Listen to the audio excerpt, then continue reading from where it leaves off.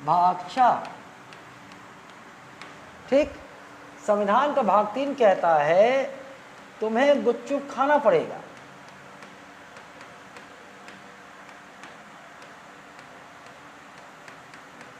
खाना पड़ेगा। और भाग 4 समझ लो क्या कह रहा है। अरे संविधान में लिखा नहीं है, समझा रहा हूं तुम लोगों को। सालों कहाँ गुपचुप खाना पड़ेगा लिखा है क्या? तुम्हें गुपचुप खाना चाहिए, तुम्हें गुपचुप खाना चाहिए, खाना चाहिए। इन दोनों वाक्यों में अंतर यह है कि ये बाध्यता, कंपल्शन क्रिएट कर रहा है ना। Otherwise there may be consequences, परिणाम हो सकते हैं, है ना। और यहां क्या बोल रहा है? सुझाव, सजेशन, इट्स लाइक सजेशन। लेकिन संविधान भाग 3 और भाग 4 के माध्यम से ये दोनों बोल किसके लिए रहा है? स्टेट के लिए बोल रहा है। किसके लिए बोल रहा है? स्टेट, राज्य को बोल रहा है। किसको बोल रहा है? राज्य। लेकिन ये जो राज्य है ना, इसको आप ऐसे ही क्या समझ लोगे? मध्य प्रदेश जैसा राज्य है, हरियाणा जो राज्य है, इसको ऐसा नहीं समझना।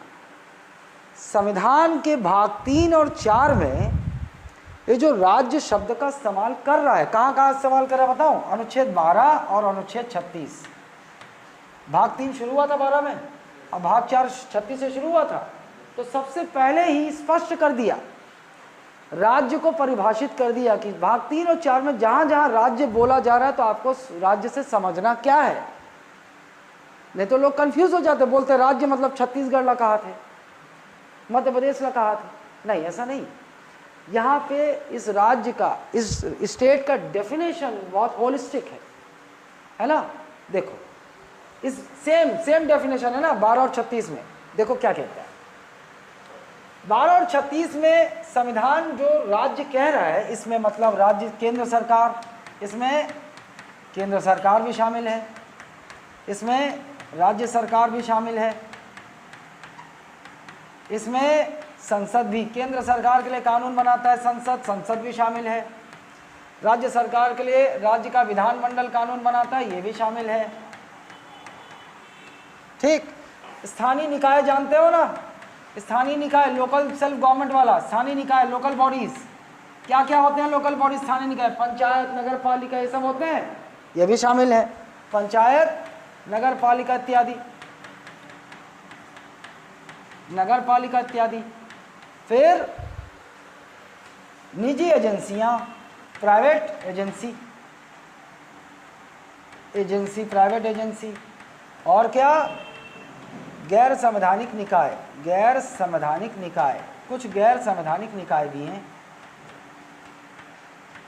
जैसे सरकारी निगम, जैसे मैं एग्जांपल ले देता हूँ, सेल, ONGC, LIC इत्यादि।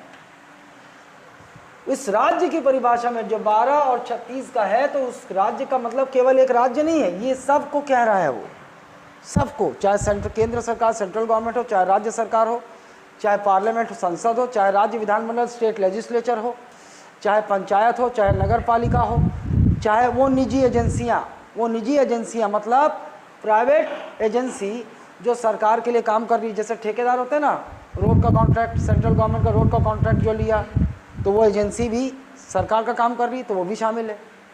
और क्या शामिल है? सरकारी कंपनियां शामिल है, सरकारी निगम शामिल है, ONGC, सेल, ये सब भी कंपनी है, सुने होंगे। Steel authority of India limited, ONGC, oil and natural gas corporation, LIC, life insurance corporation, ये सब जानते हो, अंबानी की कंपनी नहीं है, किसी निजी व्यक्ति की कंपनी नहीं है, ये सेंट्रल गवर्नमेंट की कंपनी, सरकार की भी कंपनी, कॉर्पोरेशन होते हैं, ये सब शामिल है उस राज्य की परिभाषा में। अब ऐसा क्यों किया? देखो, जब भाग 3 बोल रहे हैं तुम्हें गुपचुप खाना पड़ेगा, मतलब भाग 3 में जो मौलिक अधिकार दिया गया है, ये इस राज्य को क्या बोल रहा है संविधान? तुम्हें मानना पड़ेगा, मतलब नागरिकों को मौलिक अधिकार तुम छीन नहीं सकते, तुम्हें गुपचुप खाना पड़ेगा, मतलब तुम्हें नागरिकों का मौलिक अधिकार देना ही होगा, तुम्हें छीनने का अधिकार नहीं है। और ये क्या बोल रहा है भाग 3 में? भाग 4 में जो लिखा है ना, क्या बोल रहा है?